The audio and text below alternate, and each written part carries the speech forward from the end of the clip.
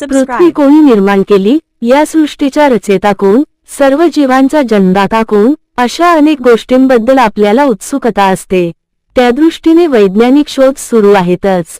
मात्र त्याच्याही 2 पावले पुढे असलेले अध्यात्म या सर्व प्रश्नांची सोदाहरण उत्तरे देते.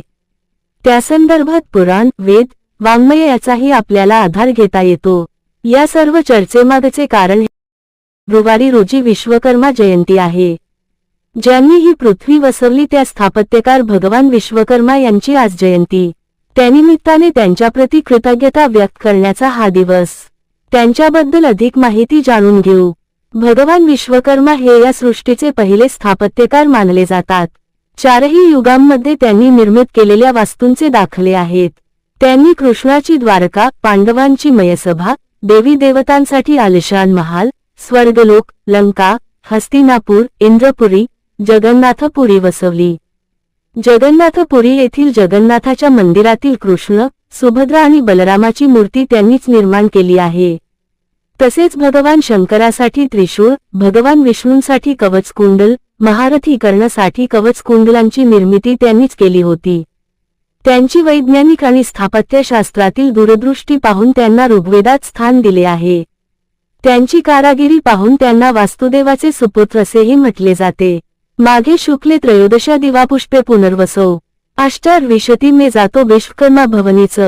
धर्मशास्त्रानुसार माघ शुक्ल त्रयोदशीला भगवान विश्वकर्मा यांची जयंती साजरी केली जाते. या दिवशी भगवान विश्वकर्मा यांची पूजा केली जाते. मुख्यत्वे व्यापारी वर्गात अतिशय आस्थेने विश्वकर्मा जयंतीचा दिवस साजरा केला जातो.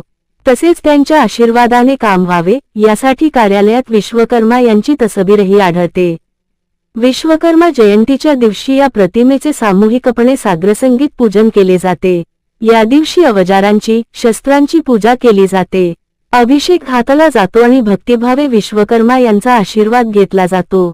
आपण व्यापारी असो अथवा नसो, या सुंदर सृष्टीच्या रचयित्याप्रती कृतज्ञता व्यक्त करण्यासाठी आपणही भगवान विश्वकर्मा यांची मनोभावे पूजा करूया.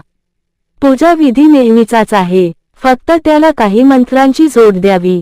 जसे की ओम आधार शक्तपे नमः, ओम कुमी नमः, ओम अनंतम नमः, ओम पृथिवे नमः.